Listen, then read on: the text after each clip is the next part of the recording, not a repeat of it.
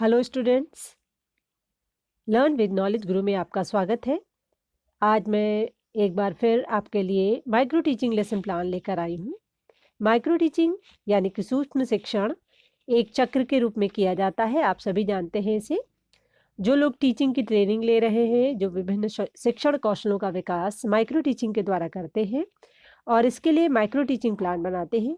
इस प्लान की अवधि 5 से 10 मिनट की होती है। Micro teaching plan BEd, DElEd और अन्य टीचिंग ट्रेनिंग कोर्सेज में बनाए जाते हैं। आइए आज माइक्रो टीचिंग में अनुशीलन प्रश्न कौशल, जिसे खोजपूर्ण प्रश्न कौशल भी कहते हैं या प्रोबिंग क्वेश्चनिंग स्किल कहा जाता है, के फॉर्मेट को समझें। जब टीचर पाठ के विकास के लिए प्रश्न पूछता है या पूर्व ज्ञान जानने के लिए प्रश्न पूछता है और स्टूडेंट्स उसका उत्तर नहीं दे पाते हैं, ऐसे में टीचर सही उत्तर पाने के लिए खोजपूर्ण प्रश्न या प्रोबिंग क्वेश्चंस बनाता है। ये प्रश्न पूर्व ज्ञान से नवीन ज्ञान की ओर ले जाते हैं। इसके फॉर्मेट को समझने के लिए हमें देखना होगा कि किस आधार पर अनुशीलन प्रश्न कौशल को बनाया गया है। हेडिंग्स उसी तरीके से है।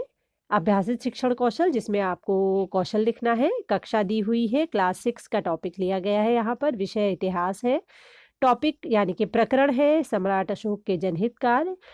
अवधि 5 से 10 मिनट की ही है और पाठ्य वस्तु में पुनः टॉपिक एक बार लिख दिया गया है और छात्राध्यापिका क्रिया में प्रश्नों को लिखा गया है। छात्राध्यापिका क्रिया में वो सभी चीजें लिखी जाती हैं जिन्हें छात्राध्यापिका कक्षा में करती है। तो इन प्रश्नों को इस आधार पर बनाया गया है कि ये एक निरंतरता प्रदान कर रहे हैं और आगे के ज्ञान को पूर्व ज्ञान के आधार पर पूछ रहे हैं। और छात्र क्रिया में उत्तरों को लिखा गया है और व्यवहार घटक में अनुशीलन प्रश्न कौशल के विभिन्न घटकों को रख लिया गया है।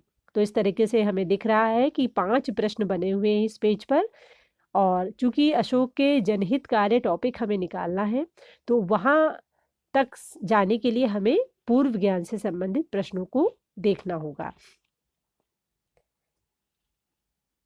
अनुशीलन प्रश्न कौशल में प्रयास किया जाता है कि 8, 9 या 10 जितना भी प्रश्न बनने की संभावना हो उतने प्रश्न बना लिए जाते हैं। इस प्लान में यहाँ पर 9 प्रश्न रखे गए हैं।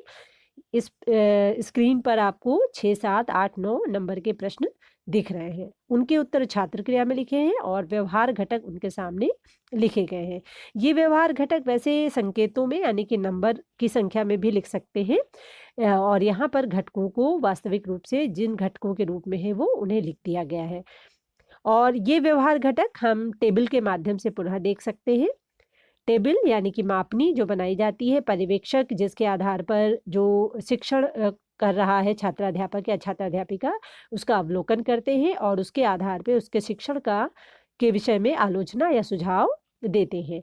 इसके आधार पे जो छात्राध्यापिका या छात्राध्यापक है वो अपनी शिक्षण प्रक्रिया के लिए अनुशीलन प्रश्न कौशल का विकास कर सकते हैं।